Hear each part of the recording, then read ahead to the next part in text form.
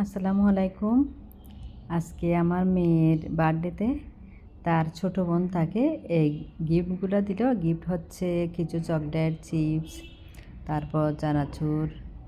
আসলে এটা হচ্ছে একটা ব্যাগ, ছোট একটা ব্যাগ, কয়েন রাখার ব্যাগ। দেখতে পাচ্ছেন কি অনেক সুন্দর লাগছে ব্যাগটা, কিন্তু ভিতরে কয়েন রাখে ব্যাগটাতে। আসলে বোন থাকলে কিন্তু বোনের জন্য অনেক মায়া হয়। ছোট বোনটা বড় বোনকে দিয়েছে, আর এটা দিয়েছে বাইরে যাওয়ার জন্য, বাইরে কোনো জায়গায় গেলে। এগুলো হচ্ছে সাবান।